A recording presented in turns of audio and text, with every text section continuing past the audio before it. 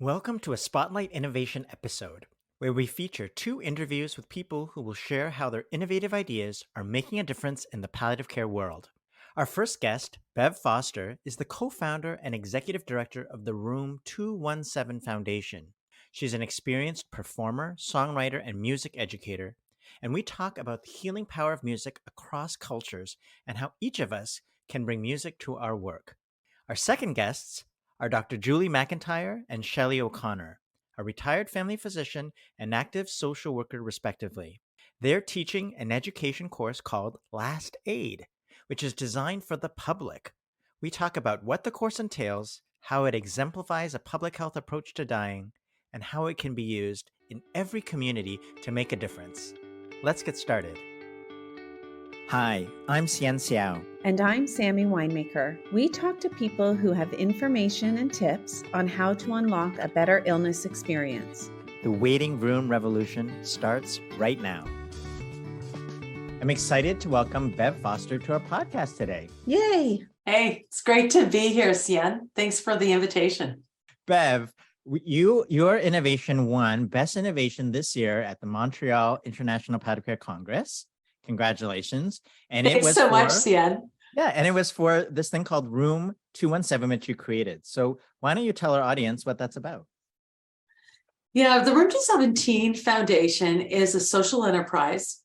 We're very interested in empowering caregivers to use music in their regular practice. And that's really what this is all about. The goal, or I guess the vision we have really, is to enhance and improve the caregiving experience with music. Music's such a powerful human phenomenon, really. And to engage music when somebody is, not feeling well, at the very least. And in this conversation and in this context, we'll say when people are palliative and maybe even imminently dying, end of life, it's just such a powerful tool. It reaches into every single domain. The other thing that's so great about music is that it, in terms of the care experience itself, it can actually support the person receiving care, the individual receiving care, and also all of those in the circle of care. So it's very, very powerful.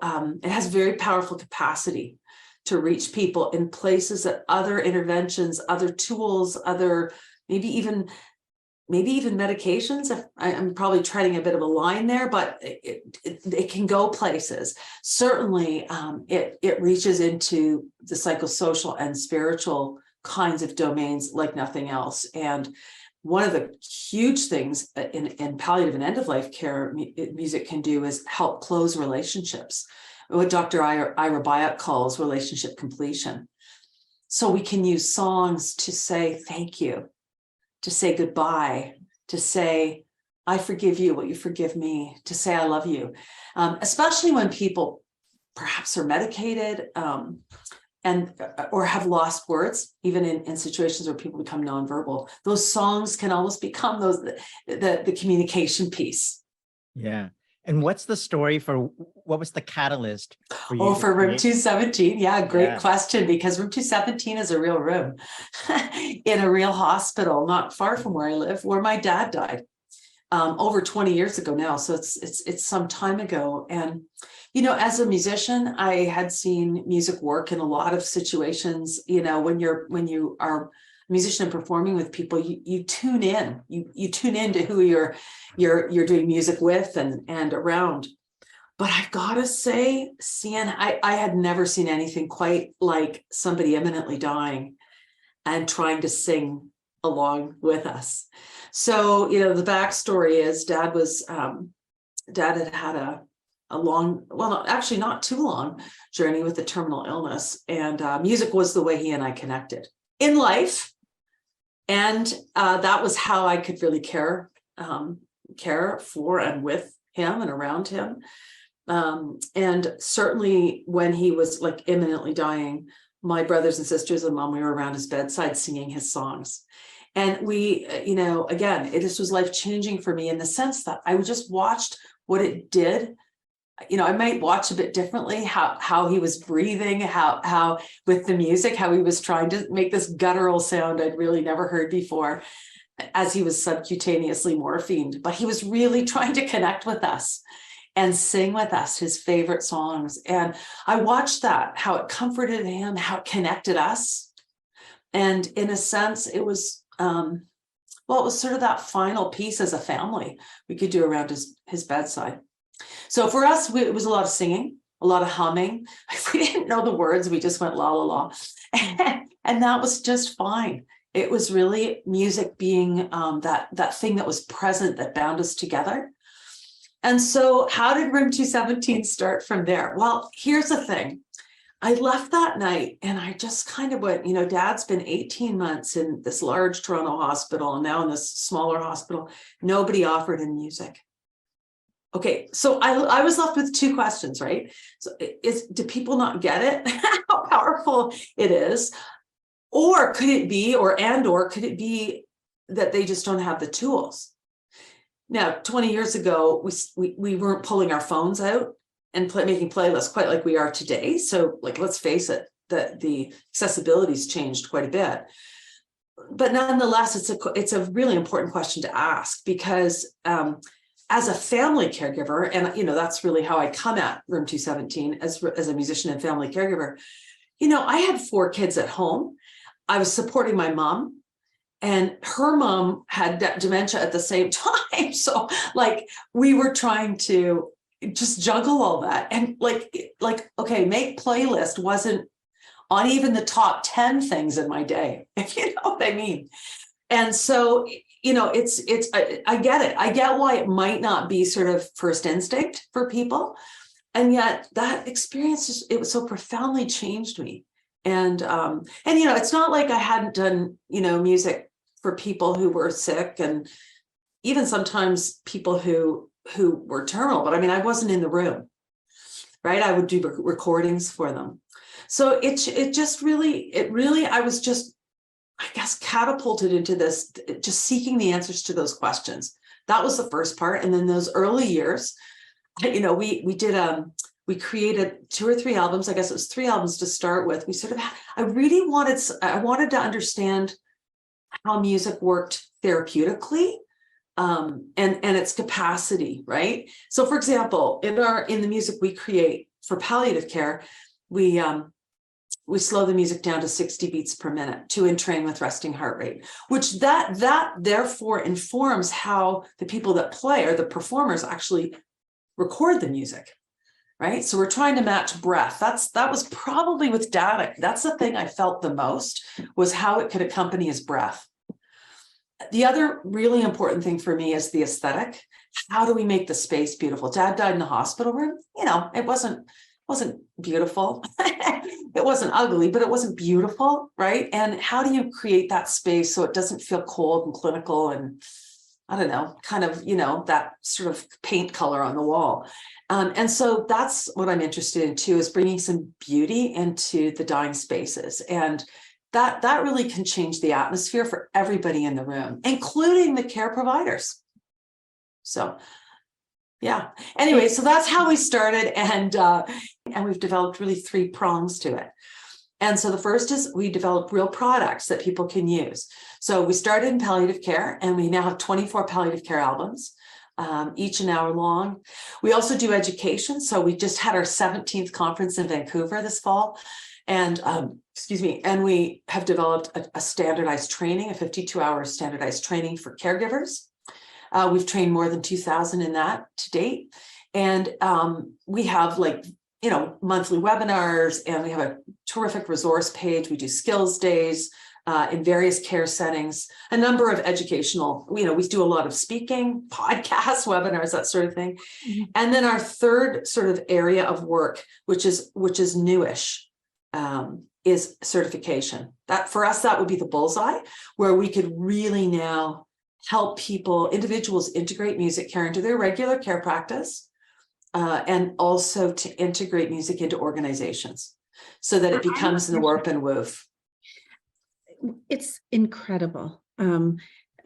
Seems like it shouldn't have taken so much time and effort for the world to realize the power of music in healthcare, right? And in health, living and dying, et cetera, et cetera.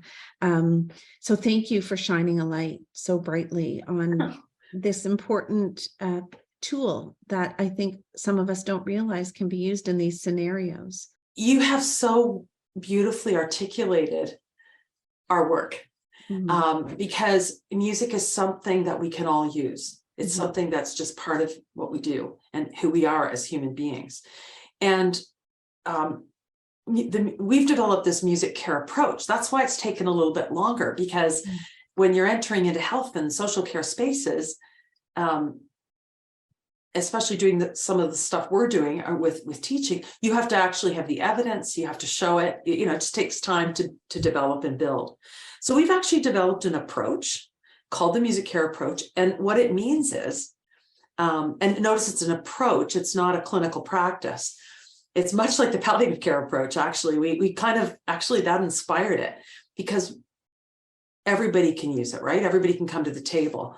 And your interest is in death and dying and comfort. So in music care, our interest is in using music in care. So what we say is it's the intentional use of music by anyone to improve health and well-being for yourself or in the care of others. We've actually developed this approach with quite an evidence-based approach, as a matter of fact. And we've actually developed 10 domains of music care delivery. So you say, what does it look like? Well, it could look like a community musician coming in. So somebody who may be a professional musician coming in to provide some entertainment, or to come in and play in a lobby or in a hospice, like in a hospice area. Or it might be kids in a school coming into a care setting and or a long-term care place. It might be a ukulele group, that kind of thing.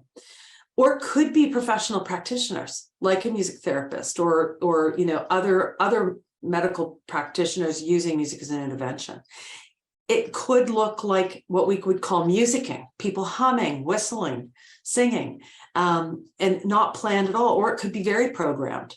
We have 10 of these domains. I just mentioned a few, but we believe there's a lot of space for people to use music. And as you pointed out, you don't have to be a musician to use music.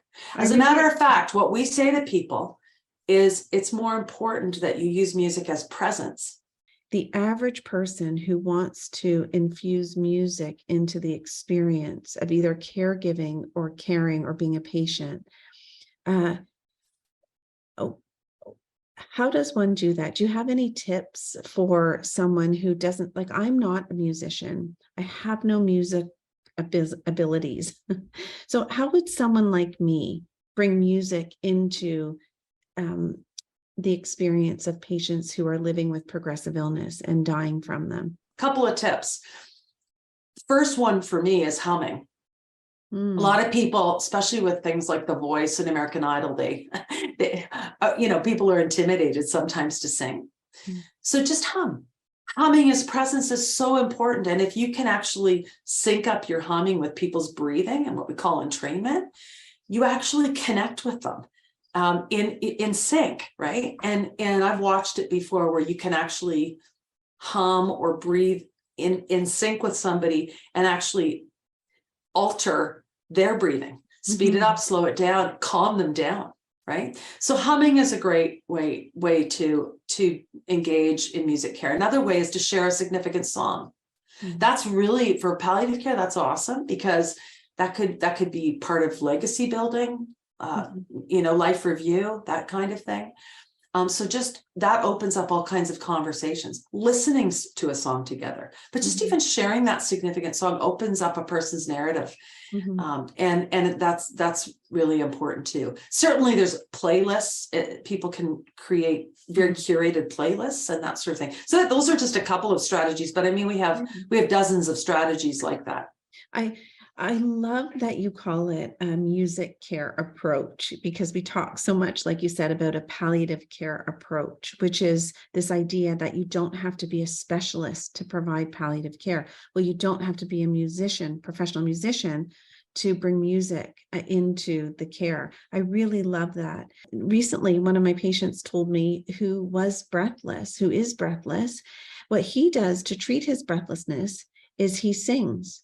And when he sings his old country, not country music, in his old country, I think it's Italy, when he brings out the songs from his past and he sings them very slowly, it paces his own breathing, which I thought was super cool. And I wanted to tell you one more thing, that my husband, who's a surgeon, he plays music in the OR, and everyone who works in the OR and the patients have commented that they love that he's brought music into this very scary, sterile, high stress place, and makes people feel more comfortable.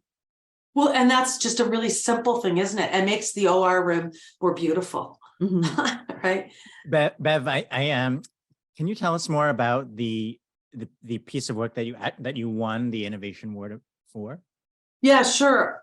So, I told you one of the areas of work is around creating actual products or music care resources for people to use.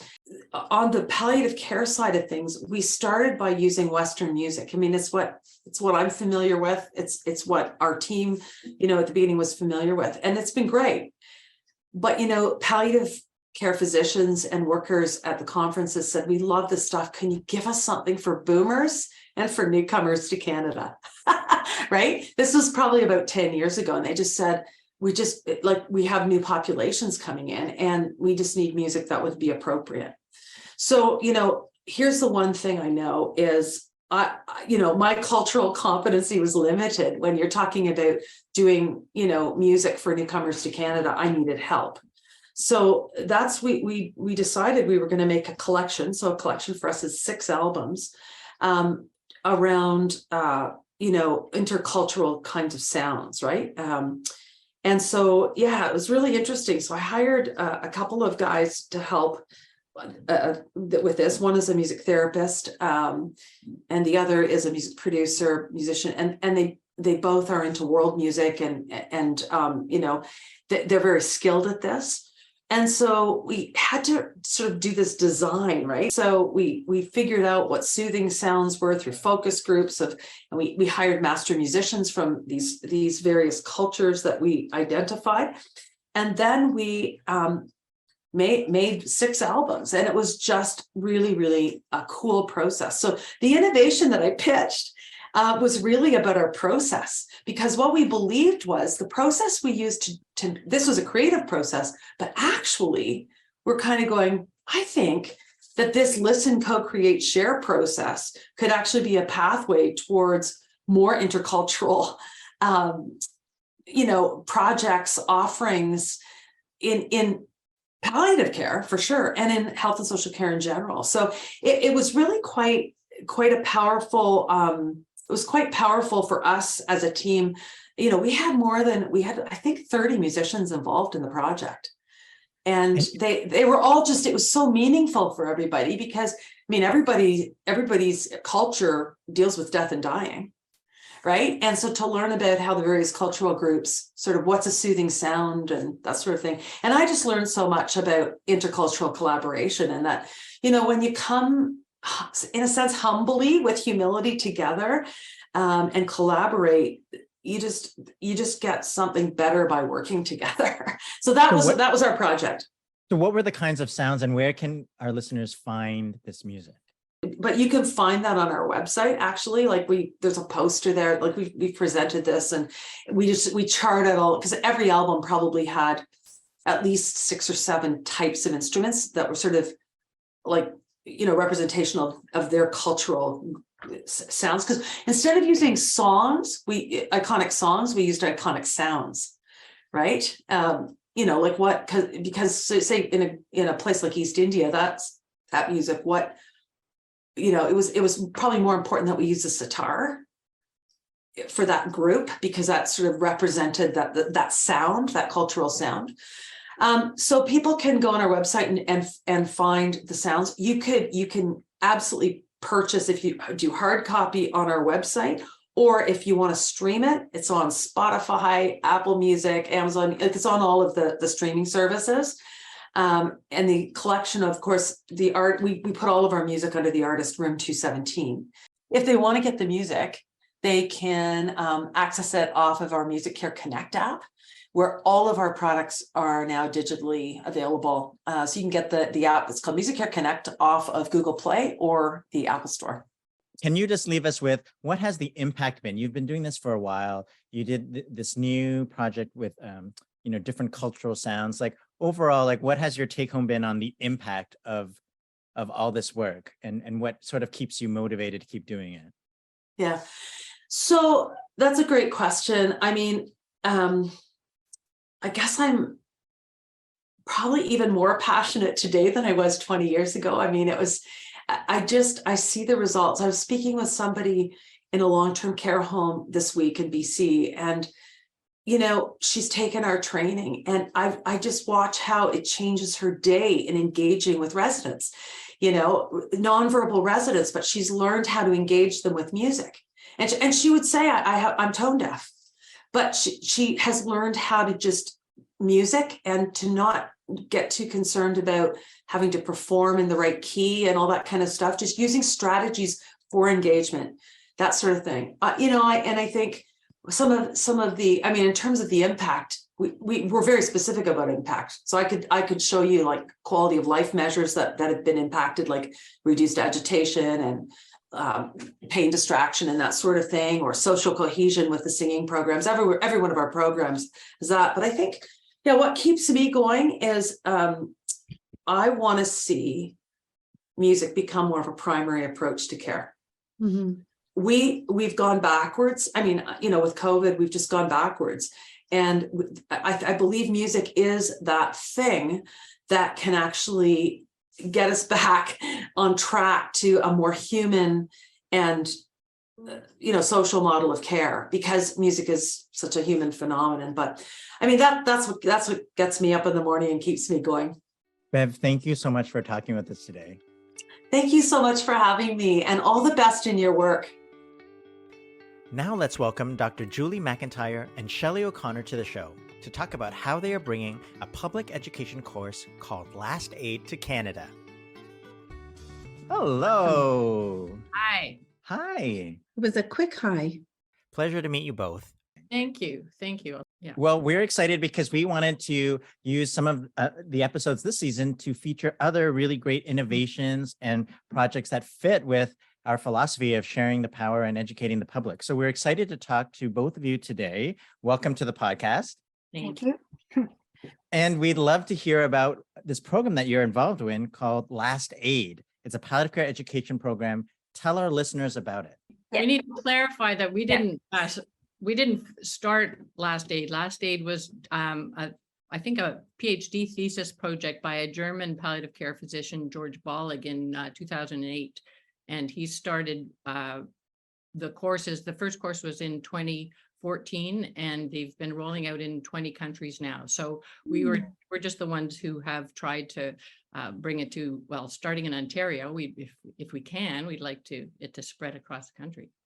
Yes, this program, Last Aid, is so interesting to us because it's designed for the public. And as you know, the waiting room revolution is all about engaging the public. I'm curious, what made you want to teach this?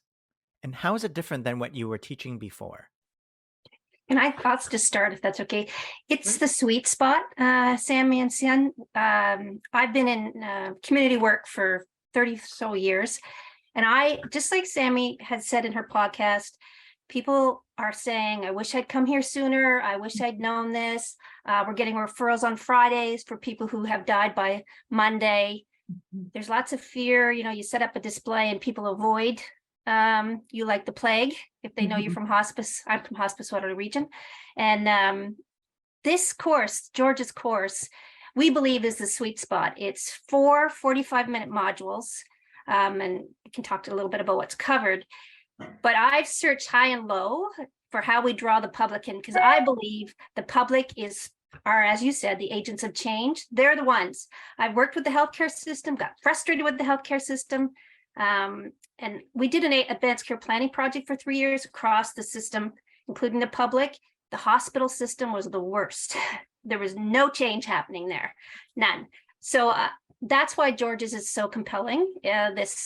It may not be perfect, but it's 4 45-minute modules to entice that worker in the office who's afraid to look up when somebody comes in whose husband has just died, or somebody in the community who has somebody in their family that they don't know what to do or what to say, so they don't go. They don't go and visit. So those are the people we're trying to get. Oh, I know so many of those people. Yeah. Yeah. And the, palliative care has been taught for like 47 years in Canada, ever since Balfour Mount started. And if we wait for the poor healthcare system, especially right now, to provide it, to, the accessibility and the adequacy that we need, it's going to take a long time. So, and as you know, when you don't understand something, and we see it with viruses and vaccines and different cultures, if you don't understand it, you tend to fear it. And so we're hoping that if we can increase the understanding, we can decrease the fear and kind of take back that traditional knowledge about end of life issues, and have the public support each other and with more knowledge. I'm so curious to know more. Okay, what is this? What is it that we're talking about? That's the sweet spot. Go ahead, Julie.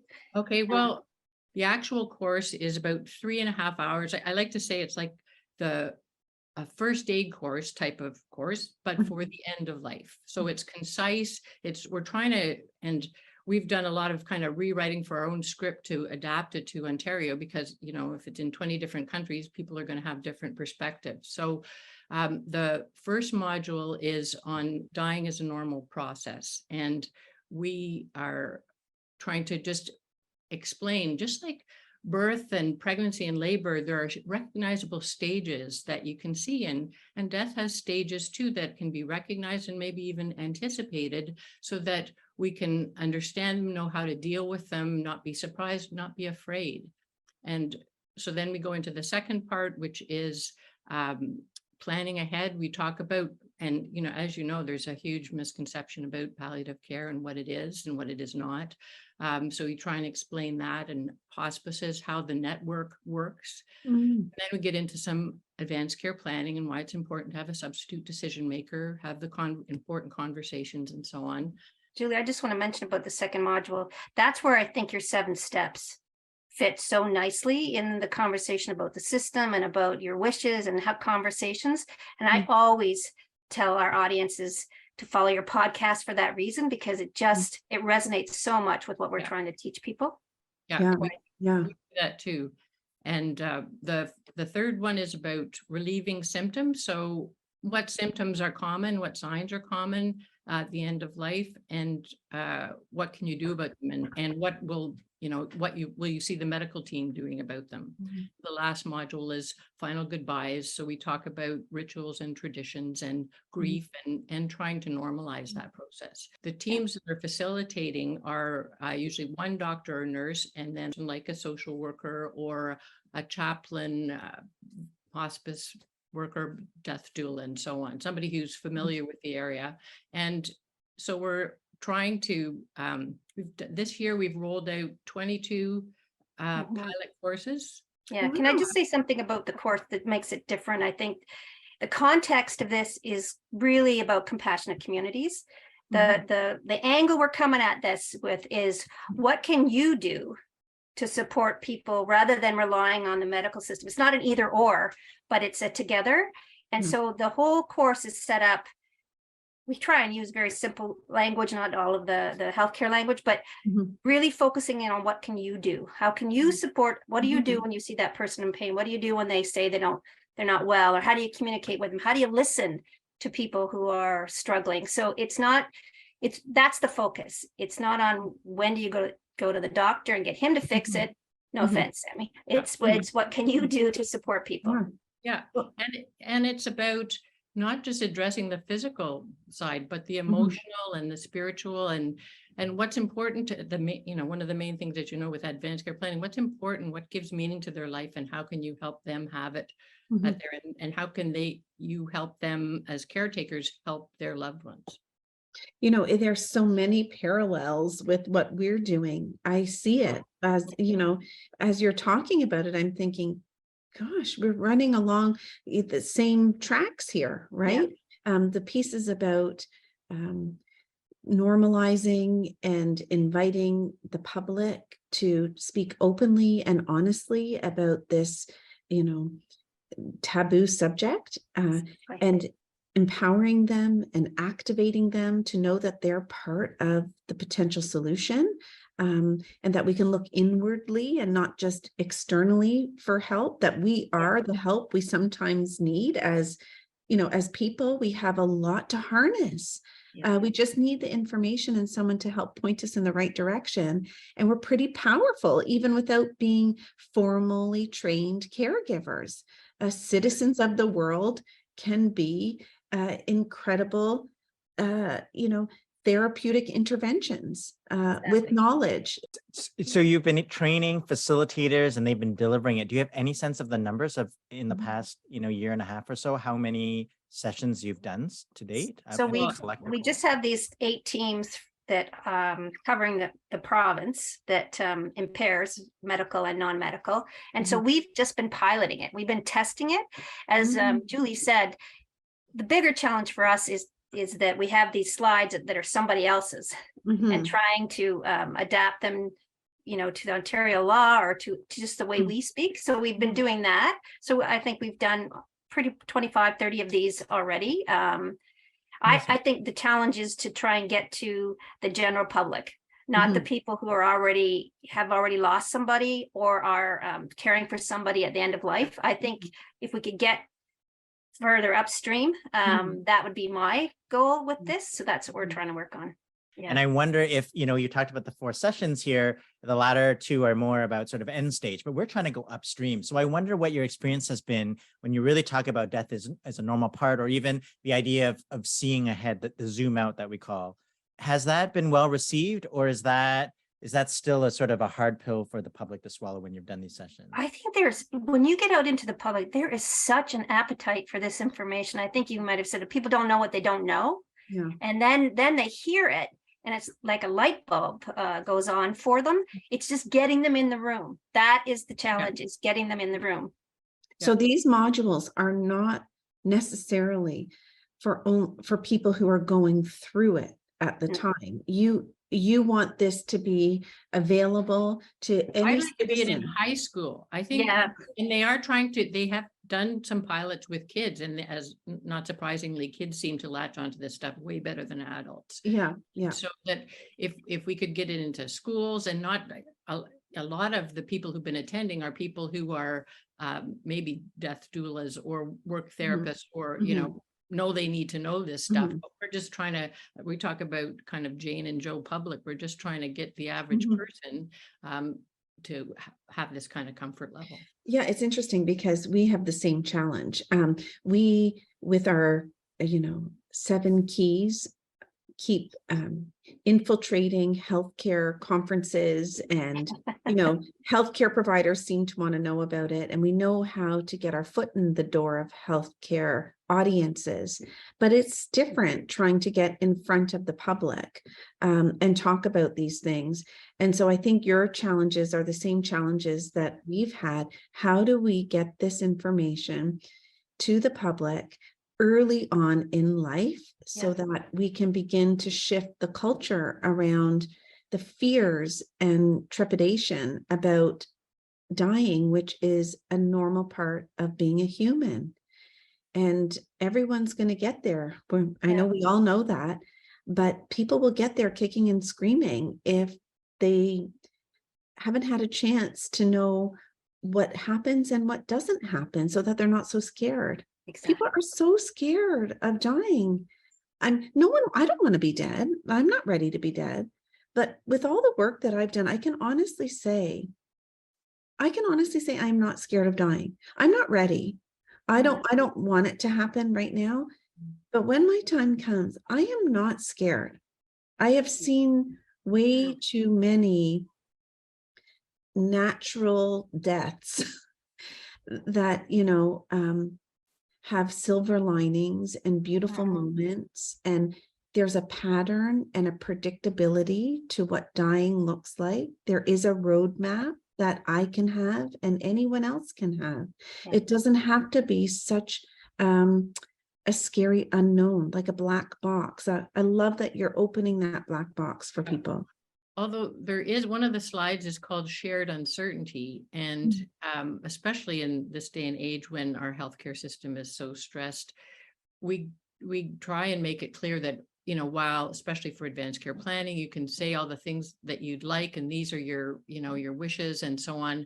But there may be a chance that those opportunities aren't going to be available to you. And still, whatever scenario you've talked about with your substitute decision maker, it may not be possible for them to make up. And so it still can be stressful. So, but we think that there's so much, even if that doesn't work out, as perfectly as you would like, there's so much benefit in just learning the knowledge and bringing people together, having the conversation, the whole, we're social animals and we need to discuss this kind of stuff and share.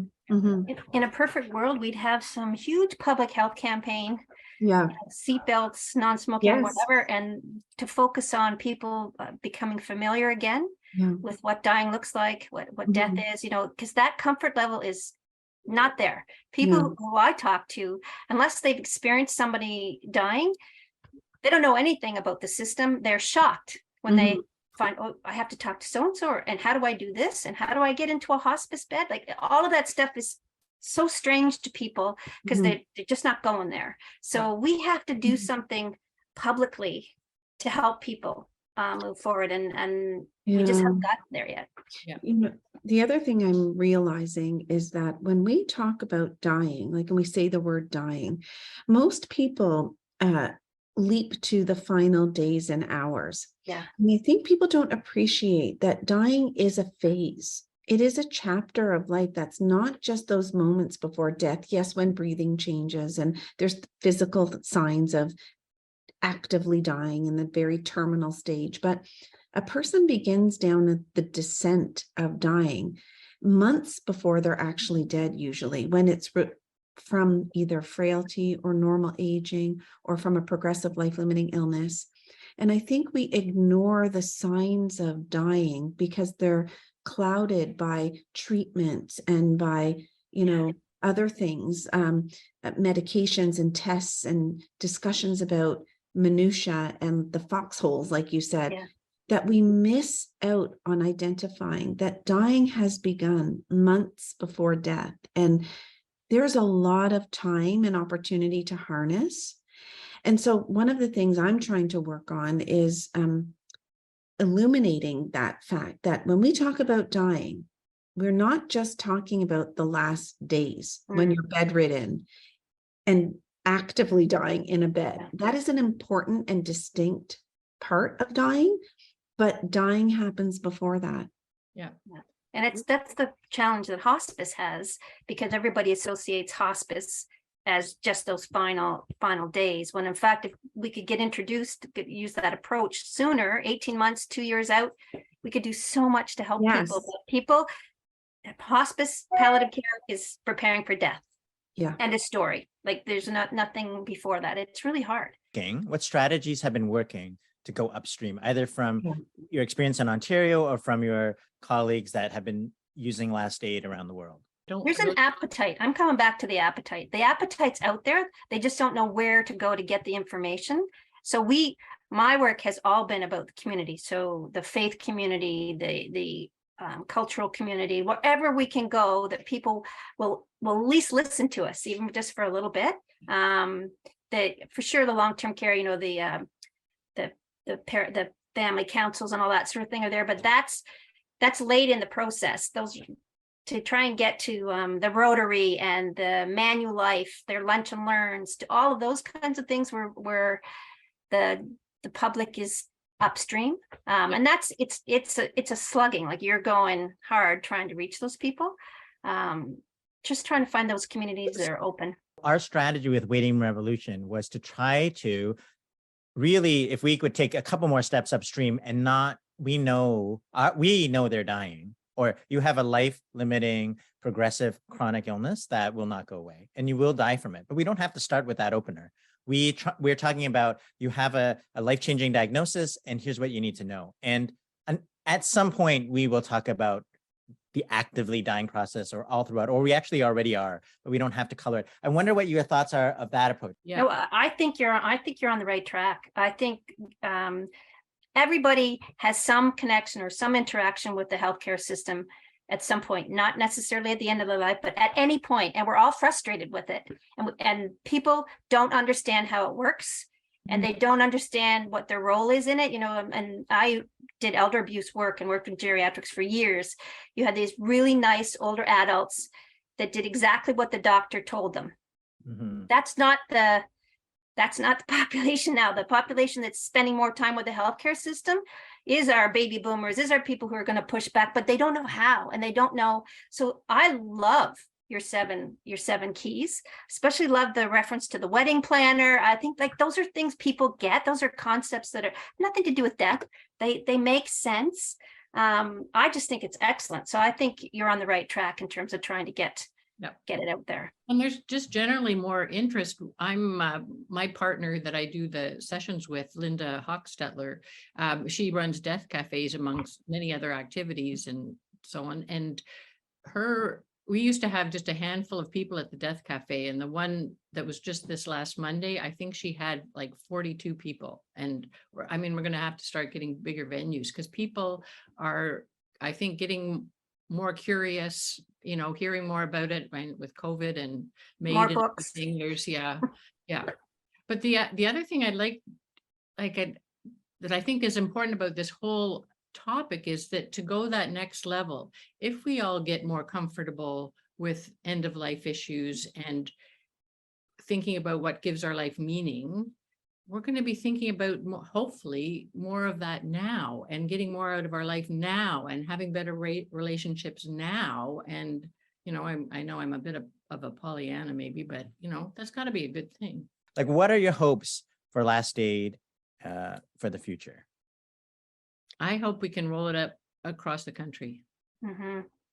I just hope it opens up the conversation in the community. We need to talk about this, and we need to be comfortable with it. So this to me is a way to do that, piece by piece. You both have a lot of years of experience as family doctor, as a social worker. What advice do you have for patients and families? I know you're talking about the public health approach in the community, but you probably interact with a lot of patients. So what advice do you have for them about how they can have a better illness experience?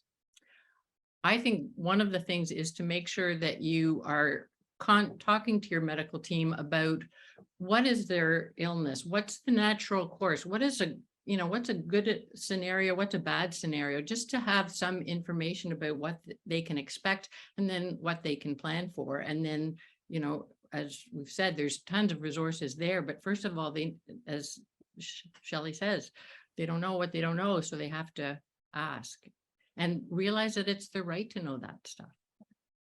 I think people need to be their own advocate.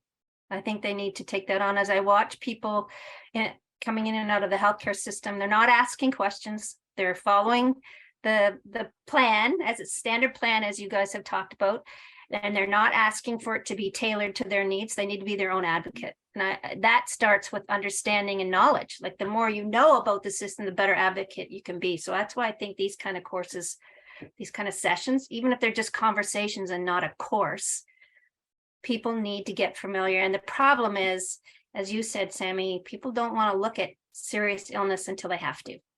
But we're all going to be in this system in and out. We have to accept that. Yeah, and unfortunately, a lot of people don't feel that the system is really going to work in their favor, and so they may not just want to go there at all. I do 100% believe, as you said, we work with the healthcare system, but the public are the ones that need to know this. They need to be the ones who take this by the reins and run with it. Mm-hmm. And that appetite is out there. We just have to find those people that will help us do that. You need to find the connectors. Get it out there. Sienna and I refer to them as we need the Trojan horse. Like, what's going to be our Trojan horse that we can ride in on and pop out and say, hi, here we are. Guess what? We're going to talk about something else. Yeah. Well, that's Julie, so Shelley, great. thank you so much for joining us today. Yeah, Our pleasure. Here, thanks so much for asking us. Yeah, thanks for including us. And Really keep up the great. great work. It's wonderful. you too. Right back at you. Thanks for listening. Don't forget to rate, review, and subscribe if you haven't already. You can visit our website, waitingroomrevolution.com, to learn more about our movement and how you can join it. The podcast is produced by myself, Kayla McMillan, Valerie Bishop, Shilpa Jyothi Kumar, and Maggie Sivak. Our theme music is Maypole by Ketsa.